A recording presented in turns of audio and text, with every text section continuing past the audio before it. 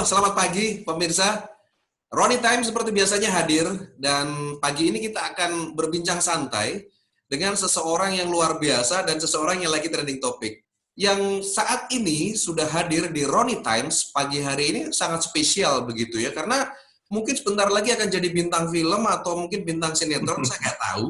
Karena nama beliau ini sedang mencuat terutama lagi produk jurnalistiknya. Dari Koran Tempo, pemimpin redaksi Tempo. Selamat pagi, Mas Budi Setiarso. Apa kabar? Selamat pagi, Mas Rani. Assalamualaikum warahmatullahi wabarakatuh semuanya. Terima kasih diberi kesempatan untuk berbincang-bincang di forum ini.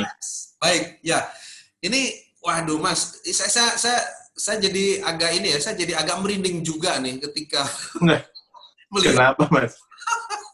media sosial sedemikian dahsyat ya. Dari kemarin kasus yang gugatan begitu kan. Mulai dari undang-undang penyiaran yang diparkir, saya ngobrol dengan Mas Bambang Harimurti. Kemudian juga berikutnya ada lagi salah satu televisi RCTI ini ya, dan ini yang menggugat undang-undang penyiaran. Nah kemudian yang saat ini lagi booming adalah Koran Tempo. Ini Koran Tempo luar biasa, berani banget gitu kan.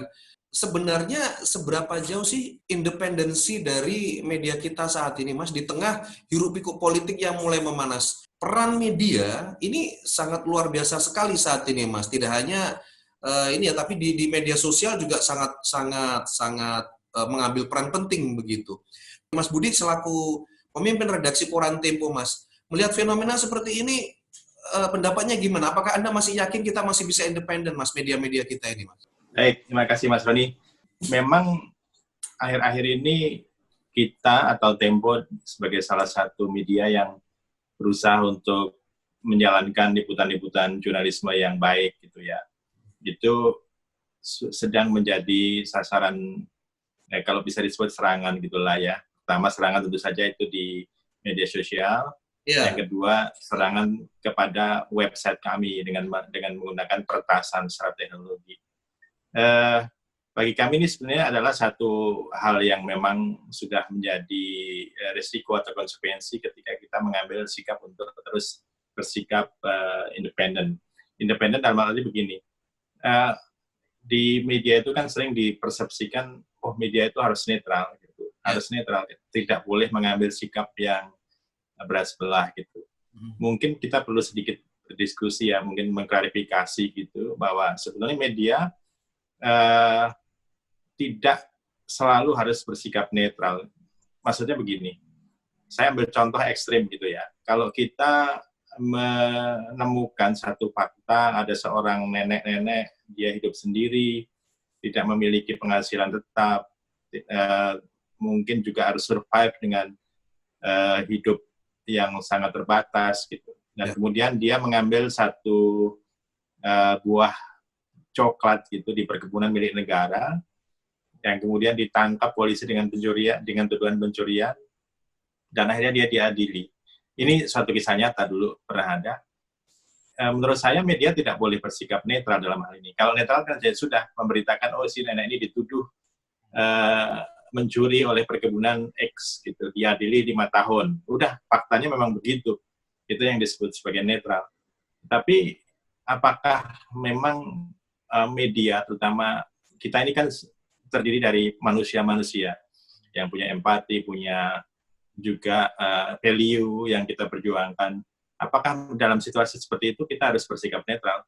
Kalau menurut saya tidak. Kita memberikan satu judgement bahwa sebenarnya nenek ini tidak bersalah. Kenapa? Karena dia tidak mengambil satu barang yang kemudian dia jual secara besar-besaran gitu katakanlah ya. Tapi ini dia mengambil untuk hidup gitu. Seperti juga yang kemudian terjadi di, kalau nggak salah di Garut apa di Cianjur gitu ya.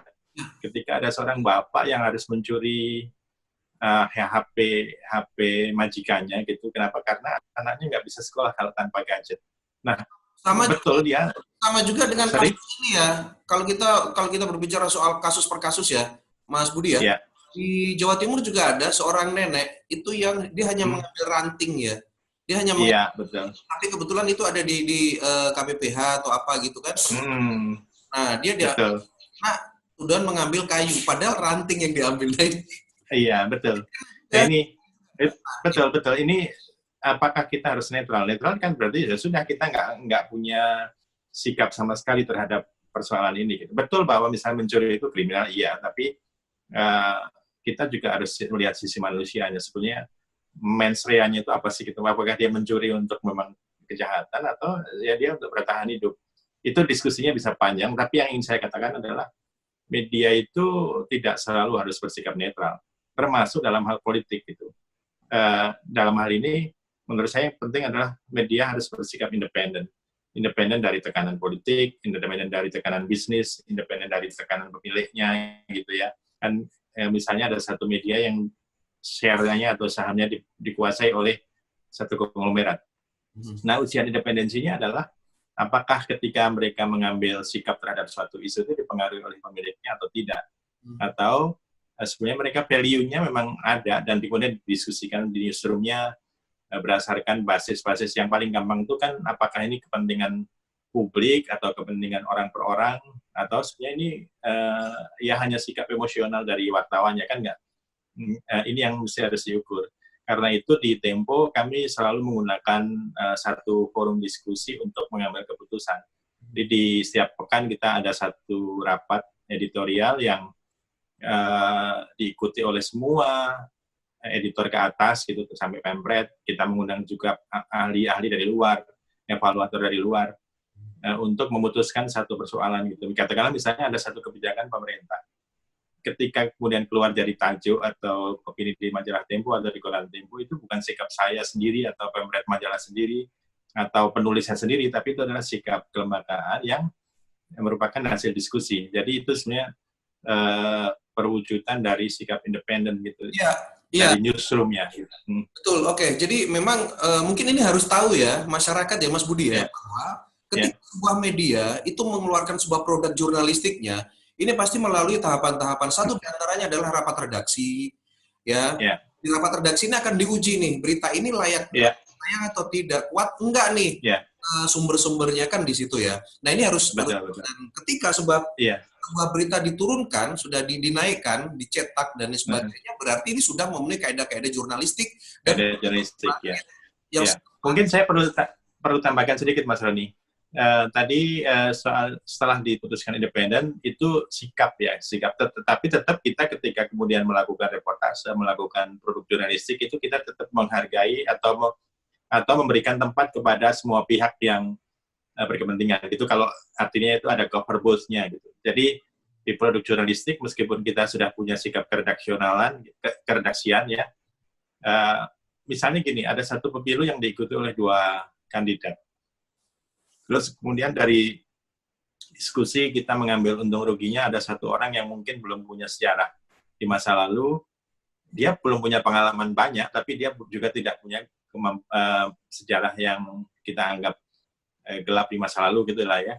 Satu lagi dia pengalamannya lumayan panjang di pemerintahan atau di mengelola negara, tapi dia sudah punya catatan. Nah kan di sidang redaksi kita tinggal memilih aja, kita mau memilih yang belum punya track record panjang tapi tidak memiliki catatan hitam, atau kita mau mensupport orang yang punya catatan hitam meskipun dia punya pengalamannya jauh lebih banyak. Nah kayak gini ini adalah satu pilihan sadar. Oke, ini memang hak dari redaksi gitu ya, Mas. Redaksi. Tapi ketika kemudian kita membuat produk jurnalistik, kita tetap harus memberikan tempat kepada mereka untuk memberikan statement, memberikan pendapat. Ini yang disebut sebagai keberimbangan juga gitu. Jadi independen itu satu soal. Saya melihatnya ada subjektivitas masuk di situ. Itu yang saya khawatirkan. Tetapi ya harus dibalancing dengan hal yang berimbang gitu kan.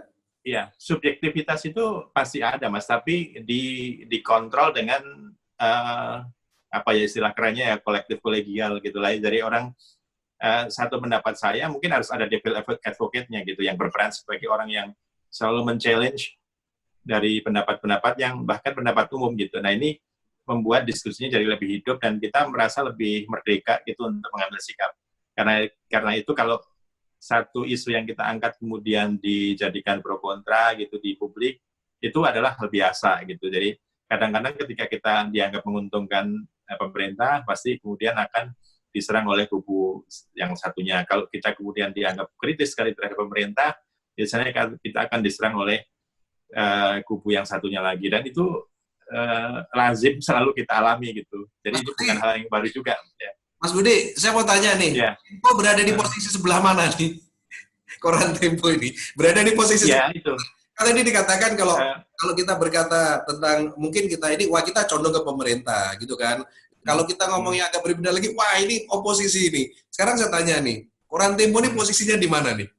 Itu tadi, Mas, kita balik lagi ke independensi. Jadi kita itu tidak boleh bersikap tertutup gitu. Artinya sikapnya itu kubu berkubu. Kita per isu gitu. Jadi katakanlah kita menilai pemerintah dalam hal penanganan COVID.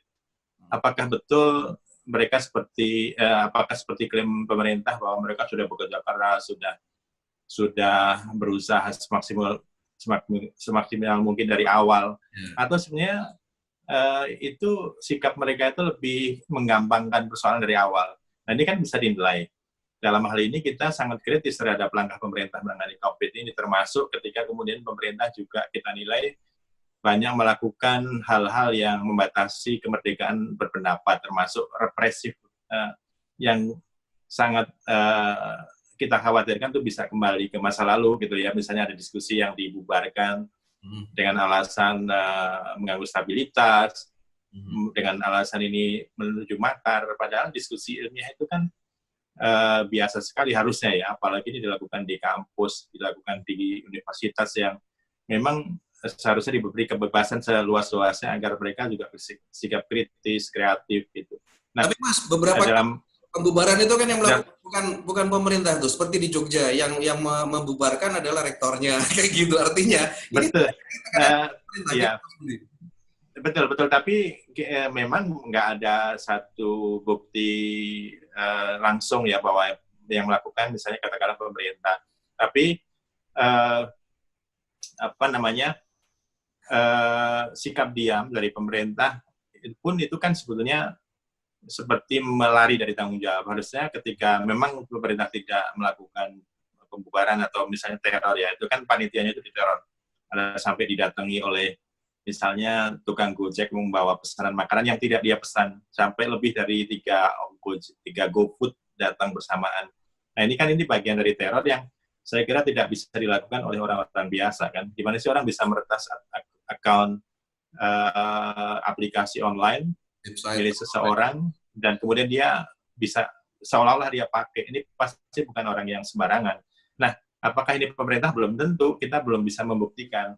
Tapi pemerintah punya kewajiban untuk menghentikan upaya-upaya yang semacam itu. Jadi paling nggak sikap tegas bahwa perintahkan pengusutannya gitu. Itu udah sinyal yang jelas. Artinya betul bahwa kita belum bisa membuktikan atau belum ada bukti bahwa pemerintah adalah pelakunya. Tapi sikap dia pemerintah ini juga satu hal yang menurut saya keliru gitu. Harusnya dia perintahkan lebih tegas gitu. Ya, Mas Bud, gini. Ada beberapa kalangan ya. Kebetulan saya juga mengikuti terus ini segala sesuatu yang terjadi di media sosial, Twitter terutama. Tempo itu terkenal memang kritis dengan pemerintahan Jokowi ya. Sebenarnya sih kalau kita mau flashback ke belakang, sepertinya Tempo kritis tidak hanya soal politik saja, tapi juga hal-hal yang terkait ada pelanggaran-pelanggaran hukum dan lain sebagainya. Kita ingat dulu masih zamannya Mas Bambang Harimurti, Tempo juga sangat luar biasa sampai dia harus dijebloskan ke penjara dan lain sebagainya. Artinya bahwa memang sudah dari awal Tempo kritis gitu ya. Tetapi kemudian kesini banyak yang menyayangkan dan menyesalkan kenapa Tempo seolah-olah anti Jokowi. Misalnya apa dengan menggambar karikatur Jokowi, Pinocchio dan lain sebagainya. Terus kemudian yang baru-baru ini muncul burung Garuda yang bertarung dengan COVID gitu kan, COVID-19. Yeah. Dan masyarakat menganggap bahwa ini Tempo ini balas dendam gitu kan. Balas dendam kenapa? Karena webnya diretas oleh salah satu akun anonim ya. Digembok pada saat itu ya, digembok ya. Dan saat ini pun masih dalam laporan kepolisian yang saya dengar seperti itu. Nah ini adalah upaya balas dendam. Saya klarifikasi, apa benar itu Mas Budi seperti itu? Enggak ya, jadi sama sekali tidak. Mungkin saya sedikit jelasin satu persatu ya. Yang pertama tentang kenapa sih peran Tempo mengambil satu ilustrasi Garuda yang Tengoknya kan Garuda kan harus ya, ke kanan tuh, gitu kan, ke kanan gitu. nengok ke kanan. Tengoknya ke kiri. Ya, tapi sebenarnya kan itu ilustrasi untuk menggambarkan betapa negara kita, bukan hanya pemerintah ya, negara kita itu sedang berperang melawan corona. Namanya perang, duel, itu kan pasti tidak baik-baik saja gitu. Apalagi kita tahu ini korbannya udah banyak banget, yang resmi aja sekitar 7.000 gitu ya, tapi yang angka-angka yang ya bisa disebut sebagai angka tersembunyi gitu ya. Angka tersembunyi itu apa sih? Ya angka-angka yang misalnya kalau dulu ada definisi pasien dalam pengawasan ODP itu dihitung meninggal, itu jumlahnya udah 3 kali lipat dari angka resmi sekarang. Nah ini kan satu situasi ketika negara kita memang tidak dalam situasi yang baik-baik saja. Negara itu simbolnya apa sih? Ya Garuda, bukan Jokowi gitu. Kalau saya menggambarkan Jokowi Bapak Belur gitu, itu mungkin saya bisa dianggap sebagai anti Jokowi ya, tapi ini tidak, ini adalah perang kita bersama, perang yang dipimpin oleh Pak Jokowi, oleh gubernur-gubernur di seluruh Indonesia, wali kota di seluruh Indonesia, bupati di seluruh Indonesia, dan itu kami ilustrasikan sebagai burung Garuda yang berperang. Nah, ketika berperang, pasti ada yang bulu-bulu rontok, itu biasa kan, itu kan ilustrasi untuk betapa aktif nengok ke kiri, nengok ke kanan. Jadi itu sebenarnya simbol bahwa kita sedang berperang melawan COVID bersama-sama, bukan hanya Jokowi atau pemerintahan saja. Ada netizen masyarakat yang menganggap bahwa Tempo sekarang tidak punya nasionalisme karena wah Tempo, mohon maaf dalam tanda kutip kurang ajar banget ini mempermainkan lambang negara, bulu-bulu tercabuti, menengok ke kiri, kemudian juga Bhinneka Tunggal Ikanya seolah-olah ada mau yang lepas dan lain sebagainya. Artinya ini seolah-olah peran media itu kan sangat krusial ya dalam kehidupan berbangsa dan bernegara. Burung Garuda ini memiliki lambang negara kita yang memang sangat kita hormati, sangat sakral gitu ya. Betul. Gini ya Mas, yang pertama soal kemarin juga ada yang mengatakan bahwa ini melanggar peraturan pemerintah dan lain sebagainya. Ada undang-undang yang ditabrak sama Tempo karena apa? Tempo kesel, Tempo balas dendam karena gitu. Gimana Mas Budi? Gini Mas, jadi gini. Pertama soal nasionalisme. Saya kira nasionalisme itu tidak bisa dinilai dengan hanya kita menghormat burung Garuda, itu kita udah langsung nasionalisme. Tapi tidak. Menurut saya, nasionalisme harus ditunjukkan dengan penghormatan kepada sesama, hak asasi manusia, sikap anti korupsi, sikap kritis terhadap hal-hal yang berkaitan dengan kepentingan masyarakat banyak. Saya kira itu adalah wujud nasionalisme tidak hanya buat Tempo ya, tapi juga saya kira mestinya harus dilakukan buat semua. Kalau nasionalisme diukur dari penghormatan kepada gambar, pada kemauan kita untuk latihan baris berbaris, itu mah gampang sekali gitu. Tapi wujud sikap untuk memikirkan masyarakat banyak, memikirkan kebaikan bangsa, itu jauh lebih penting. Itu yang pertama. Yang kedua, apakah Tempo melanggar tadi undang-undang? Kita juga sudah cross-check semuanya, bahwa sama sekali tidak ada yang dilanggar oleh Tempo. Pertama karena memang sebetulnya kan mens rea tadi, sekali lagi kita itu tidak bertujuan untuk menghina, tapi itu adalah ilustrasi dari keadaan yang kita semua sedang berperang. Yang kedua, kalau ada tuduhan bahwa koran Tempo melanggar undang-undang nomor berapa itu yang tentang lambang negara ya, itu sebetulnya sudah dicabut oleh Mahkamah Konstitusi. Jadi pada tahun 2013 ketika ketuanya Pak Mahfud, itu undang-undangnya sudah dicabut. Kenapa? Karena ini nih, pasal 57 Undang-Undang nomor 24 tahun 2009 ya, tentang bendera, bahasa, dan lambang negara. Nah, pada tahun 2013, Majelis atau Mahkamah Konstitusi Republik Indonesia, yang waktu itu masih dipimpin Pak Mahfud, yang sekarang jadi Menteri Koordinator Politik Keamanan dan Hukum dan Keamanan, itu sudah mencabut nih.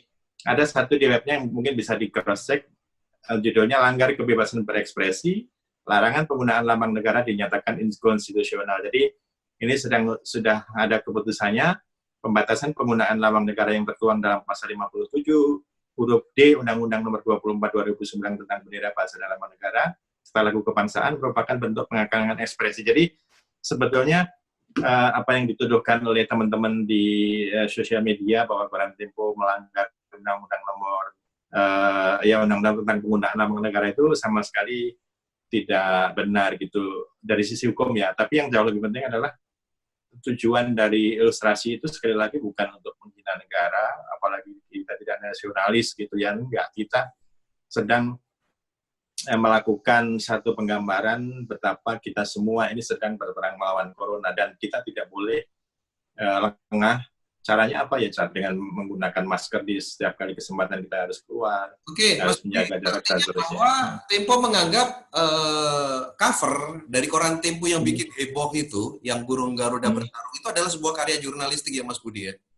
Itu sebuah karya ya ilustrasi yang dipakai untuk menggambarkan berita yang sedang kita tulis gitu kan. Kita di cover itu sedang menulis tentang situasi COVID yang memang sedang memburuk lagi. Rumah sakit sekarang udah mulai penuh lagi, kapasitasnya juga udah meningkat menjadi hampir 100%. Nah, ini sesuatu yang mengkhawatirkan kita. Tempo ini juga luar biasa ya ilustratornya ya. Kemarin sebelum ini juga yang sempat muncul itu gambarnya Menteri Kelautan dan Perikanan ya, yang mulutnya penuh dengan benur dengan ya. apa kayak gitu ya. Ya sebetulnya itu memang mempertahankan trademark kritis tidak hanya dalam esensi berita, tetapi juga kritis dalam cover atau gimana sih, Mas Budi sebenarnya? Saya ingin tahu nih Tempo ini. Ya namanya cover biasanya kan sesuatu yang menarik, yang menggambarkan isi dari berita, baik majalah atau koran gitu ya.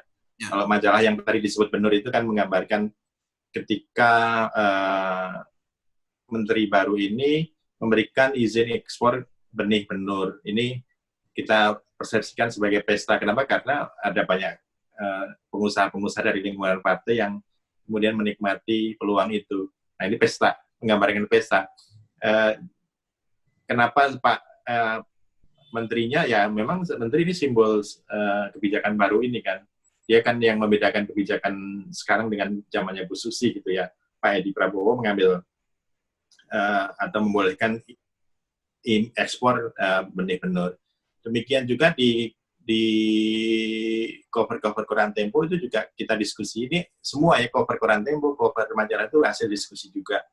Ini apa sih isinya berita yang akan kita tulis? Ini, angle-nya ini. Coba ajukan beberapa pilihan. Kalau sudah ada pilihan yang pas ya kita langsung setujui. Tapi kalau belum, coba kita bikin lagi yang lebih menggambarkan isinya gitu.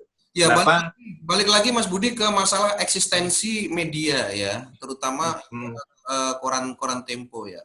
Mas, akhir-akhir ini kan banyak ya orang yang menyebut wah ini buzzer rupiah. Media juga wah dapat bagian guyuran dan lain sebagainya.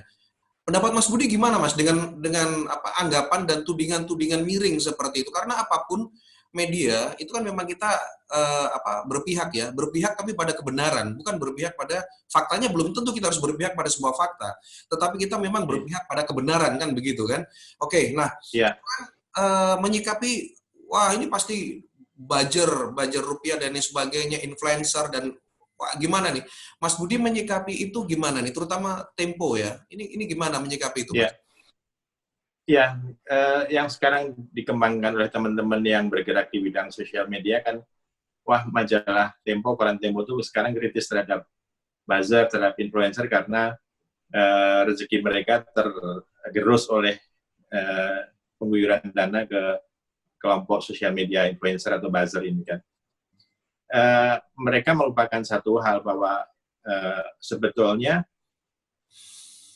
terutama untuk kebijakan pemerintah. Jadi gini, betul bahwa buzzer atau influencer itu adalah satu fenomena baru yang muncul setelah adanya teknologi sosial media. Betul. Dan tidak ada masalah kalau kemudian teman-teman ini memasarkan produk-produk komersial. Misalnya sabun anti penyakit kulit digaungkan oleh para buzzer atau influencer. Saya kira sih nggak ada masalah sama sekali. Apakah itu menggerus pendapatan media mungkin gitu, karena biasanya mungkin produk sabun yang diiklankan atau digaungkan oleh pasar atau influencer itu biasanya pasang atau placement di media, mungkin itu bisa mengurangi, atau kalaupun enggak ya itu adalah hak dari perusahaan untuk memasang. Nah, persoalannya adalah sekarang ini buzzer atau influencer itu menggunakan pengaruh mereka untuk satu hal yang politis gitu. Misalnya yang paling mutakhir adalah penggunaan influencer untuk menggalang opini dalam RUU Cipta Kerja ya, RUU Cipta Kerja.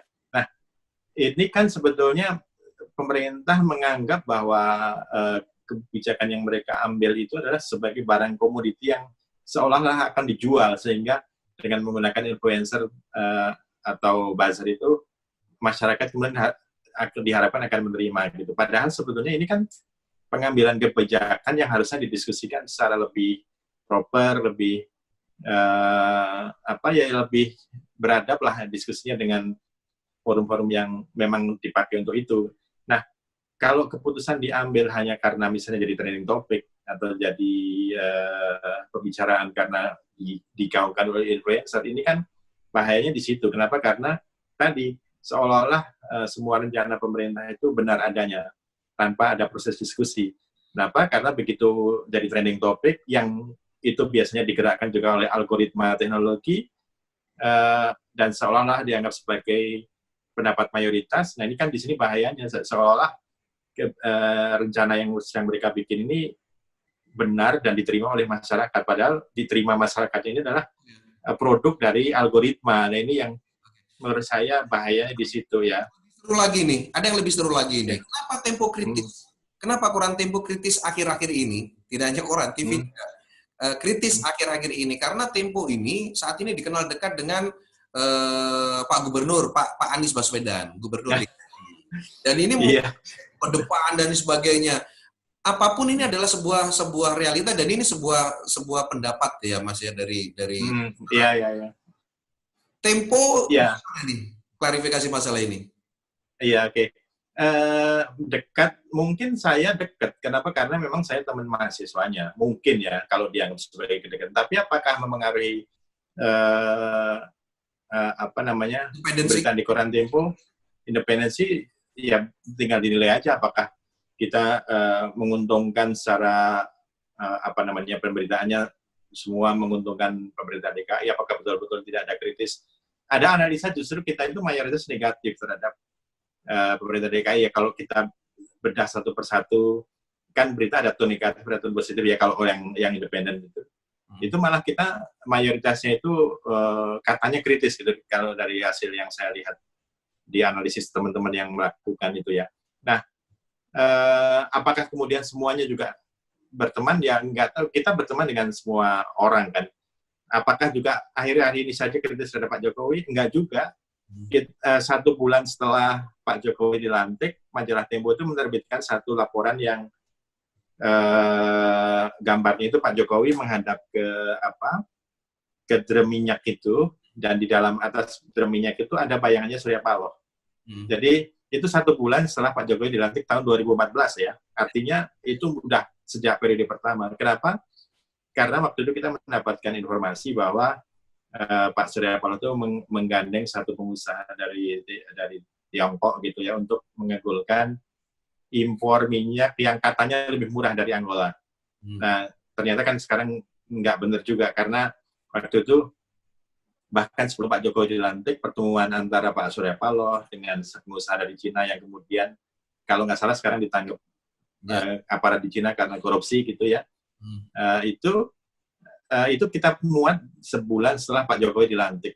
Dan ini kita mengungkap dengan jelas pertemuan Pak Jokowi dengan pengusaha itu dengan Pak Surya Paloh beberapa hari sebelum dilantik, ketika Pak Jokowi masih berstatus sebagai gubernur. Nah, ini kita paparkan dan kita tulis sejak awal Pak Jokowi terpilih gitu. Dan kemudian kita juga kritis terhadap misalnya ketika Pak Jokowi membangun kereta cepat Bandung-Jakarta yang kita anggap itu proyek mercusuar. Kenapa sih? Karena sebenarnya jarak antara Bandung-Jakarta itu nggak perlu kereta cepat, gitu, cukup dengan kereta biasa atau moda transportasi yang lain. Ini Kalau Jakarta Surabaya ya, mungkin. mungkin ini yang jadi apa ya, asumsi masyarakat, asumsi negatif masyarakat ke Tempo karena apa? Ini kritis terus ke Pak Jokowi. Kapan sih berpihaknya ke Pak Jokowi? Kan gitu. Ini Ya. Nah, nah yang perlu diluruskan juga. Zaman Pak SBY pun kita kritis gitu. Ketika Pak SBY waktu itu terlalu lama mengambil keputusan terhadap apakah mau mengambil pengurangan subsidi BBM atau enggak.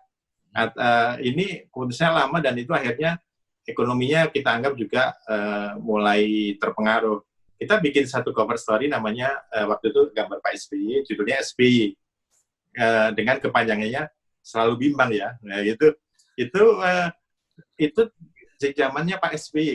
Kita pun sama-sama kritis gitu. Memang kita sekali lagi kita dengan sikap independen itu kita berusaha untuk mengambil jarak dengan semuanya gitu ya.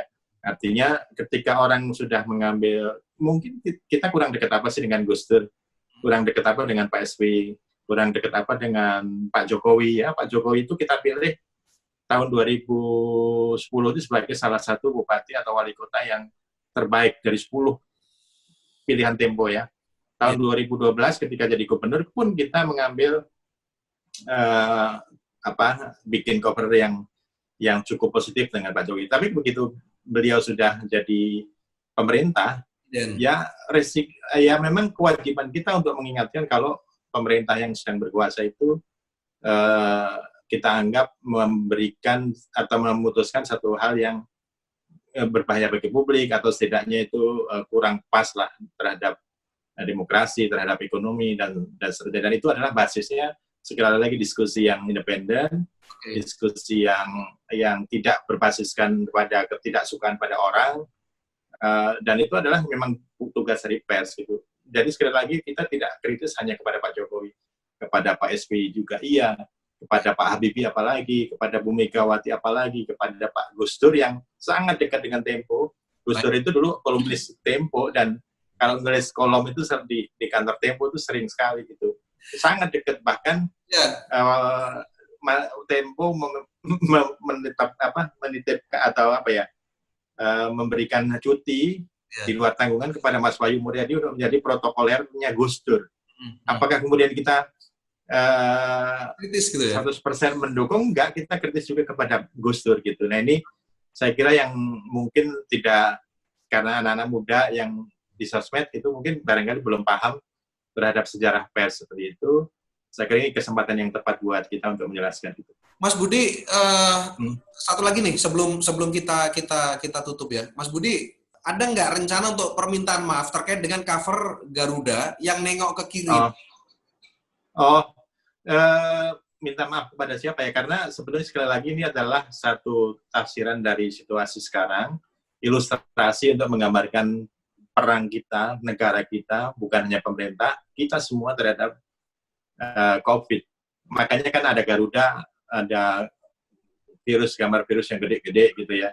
Apakah nengok ke kanan kiri itu jadi persoalan? Menurut saya itu karena namanya perang kan dinamis ya. Masa dia perang dia hanya nengok ke kanan, dia akan dihantam di kirinya. Nah, ketika dinamis ini ya memang bisa ke kiri atau ke kanan gitu. Saya kira itu menurut saya sekali lagi secara hukum tidak ada persoalan karena undang-undangnya juga sudah dicabut, pasalnya sudah dicabut oleh Mahkamah Konstitusi.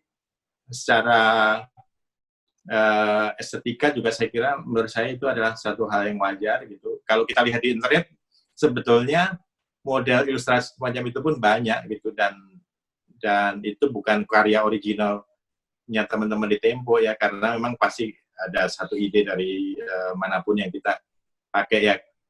Lambang-lambang patung-patung Garuda yang dipasang di mana-mana sebagai bentuk karya seni itu pun kan sebenarnya nggak plot sama persis dengan posisinya Garuda yang menjadi lambang Garuda yang kita cintai ini. Jadi sekali lagi apakah perlu minta maaf? Saya kira sih itu nggak relevan. Kenapa? Karena kita tidak melanggar apapun dan kita memang tidak berniat untuk menghina lambang negara. Meskipun sekali lagi jangan nasionalisme itu diukur dari dengan kita menghormati lambang negara saja gitu, tapi juga dengan sikap kita terhadap hak pada sesama, sikap kita terhadap keterbukaan orang berpikir, berpendapat, karena kita otak kita itu hanya berfungsi kalau terbuka gitu. Kalau nggak terbuka, itu pasti kemudian akan terjerembab ke dalam stigma-stigma. Oh kamu kadrun, oh kamu kadrun, oh kamu cebong, oh kamu pro Jokowi, oh kamu anti Jokowi. Enggak, sama sekali. Kita jangan terjebak. Ya, Presiden sendiri memang mengatakan bahwa tidak ada kadrun, tidak ada cebong sih sekarang, tapi tetap realita tetap bergulir dan itu tetap terjadi. Iya, baik. Karena memang itu stigma di sosmed kan. Betul. Mas Budi, sayang sekali waktu kita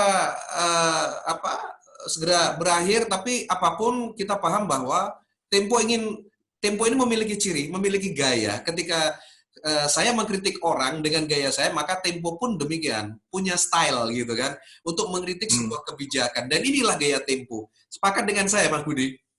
Iya, betul. Dan memang kita mengkritik kalau memang ada hal yang perlu dikritik. Tapi kita juga memuji kalau memang ada hal-hal yang perlu dipuji. Itu saya kira itu yang juga bagian dari sikap independen. Tidak selamanya bad news is good news. Kadang-kadang good news is good news. Seperti juga ketika kita memuat Pak Jokowi sebagai satu dari 10 kepala daerah pilihan pada tahun 2010, itu kan juga kita menghargai good news. Banyak sekali good news yang kita angkat dan kemudian juga jadi berita yang menarik. Kenapa? Karena kuncinya kan bagaimana kita mengemas, kita melakukan eksplorasi bahan secara serius. Mau bad news atau good news, kalau itu dilakukan, saya kira akan menjadi berita yang menarik. Baik, Mas Budi Setiarso, pimpinan redaksi Koran Tempo, terima kasih waktunya sudah hadir di Roni Times. Terima kasih, Mas Roni. Terima kasih. Selamat bertugas, Mas Budi. Sukses untuk Anda. Terima kasih. Wassalamualaikum warahmatullahi wabarakatuh. Waalaikumsalam warahmatullahi wabarakatuh. Pemirsa, demikian tadi bincang-bincang santai kita dengan Budi Setiarso, pemimpin redaksi Koran Tempo, yang saat ini juga sedang menjadi sorotan. Dan ternyata kita tahu kadar nasionalisme seseorang itu memang tidak harus diwujudkan dalam sebuah kata-kata atau apa, tapi dengan perbuatan dan disimpan dalam hati dan diwujudkan dalam sebuah karya. Nah, inilah yang terpenting, dan yang pasti adalah bahwa apa sebenarnya yang ingin dilakukan itu adalah hal-hal yang positif untuk membangun negara. Bayangkan ketika salah satu pilar dari trias politika kita, pilar demokrasi kita adalah media. Terus kemudian media ini diam dan membiarkan sesuatu terjadi dan membiarkan tidak melakukan kontrol sama sekali pada pemerintahan, tentu hasilnya akan sangat berbahaya bagi bangsa dan negara, bagi rakyat terutama. Tetap fungsi media sebagai watchdog, sebagai anjing pengawas harus tetap kritis dalam menyikapi berbagai kebijakan yang dilakukan oleh pemerintah. Saya Roni, pamit undur di Roni Times untuk edisi kali ini. Selamat pagi, selamat melanjutkan aktivitas Anda, dan sampai jumpa. Wassalamualaikum warahmatullahi wabarakatuh. Kita minum dulu. Waalaikumsalam.